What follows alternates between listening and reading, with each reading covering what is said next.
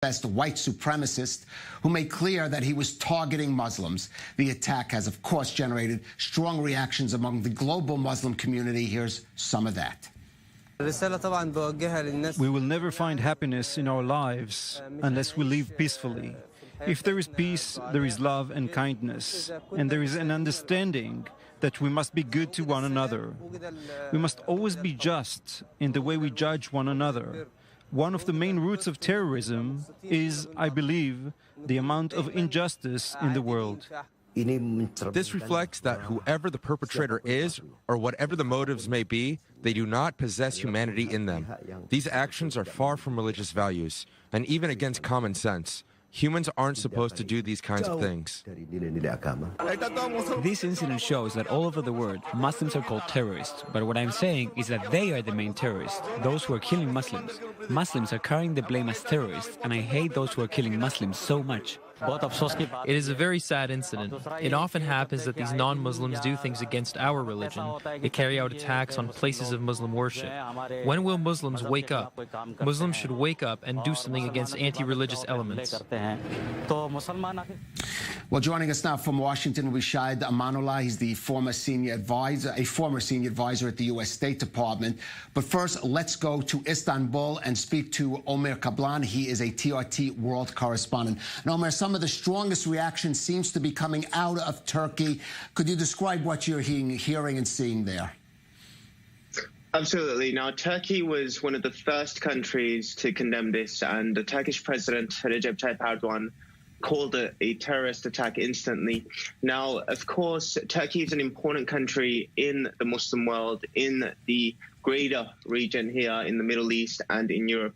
And the Turkish president had a very strong stance. He also briefly spoke with the Prime Minister of New Zealand. He sent his condolences, but he said that this is an example of the rising racism, xenophobia, and Islamophobia in the world. And he also, as you mentioned, one of the alleged suspects, he said in his manifesto, Turkey was also a target, along with him personally.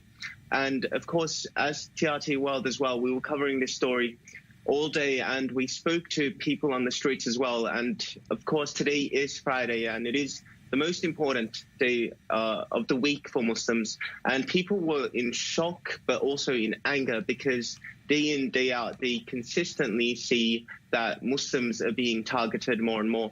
Of course, following the Turkish president, we heard a very strong statement by Turkey's Foreign Minister, Mevlut Çavuşoğlu. And he said that it is not only the perpetrators responsible, but he said he also blamed Western media and Western politicians who are constantly pushing an agenda of xenophobia, racism, and hatred. Well, let me go to Shahid on Washington on that, Shahid, because I noticed in your Twitter feed today, you wrote that the shooter, who, as far as we know at this point, acted alone, was, quote, was inspired by a right-wing ideological infrastructure that thrives, recruits, and radicalizes online. Could you just expound on that? Sure. You see, this person spelled out for us in obvious terms what I think we should have realized a long time ago, that he is part of a transnational violent movement that is seeking to connect dots from Jews being killed in Pittsburgh to Sikhs being killed in Wisconsin to young children being gunned down in Norway. And he sees himself as part of this transnational civilizational struggle. If we don't start treating it like that transnational terrorist movement that it is, we're going to keep dismissing them as one-offs, as lone wolves, as something to just mourn and then move on. We have to stop doing that. When Osama bin Laden declared a war on the West, we took him at his word and we took him seriously. These people are doing the exact same thing. It's about time we took them as seriously as we did that. Yes. Omer, now I want to look, since you are TRT world correspondent, let's look beyond Turkey and the wider Muslim world and the likely reaction and impact that this shooting will have across really the global Islamic community. Absolutely. It wasn't just Turkey, of course, who was condemning this. To many countries around the Muslim world. We heard Qatar call it brutal terrorism. We've heard from Afghanistan also condemning and providing their condolences to the victims. Egypt came out and they also said that this is an act against humanity, and they called for a greater international effort in the fight against terrorism. We saw the Pakistani Prime Minister Imran Khan, who also came out, and he too said that post 9/11, Muslims have been collectively blamed for any form of act of terror around the world, and this current state of Islamophobia is part of the cause, part of the horrible massacre that happened in New Zealand, and also, of course, the OIC, the Organization for Islamic Cooperation, also condemned the attack, but they've also provided a warning that this discourse of xenophobia, hatred, and Islamophobia that's being pushed, this agenda will cause further attacks if it continues this way. Chad, I want to go back and relate to something else I saw on your Twitter account. There was a discussion in which some people were raising the example or problem posed by radical Islamic extremism, which, of course, is also an issue.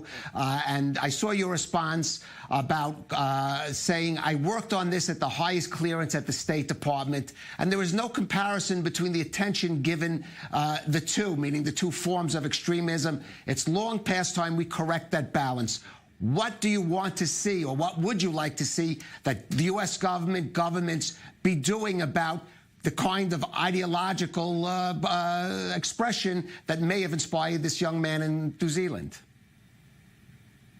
Absolutely, absolutely. I think for a long time, we've neglected to either take down or to address some of the ideological postings that these people do to reinforce each other. We've kind of left them alone because we thought that they were some other country's problem.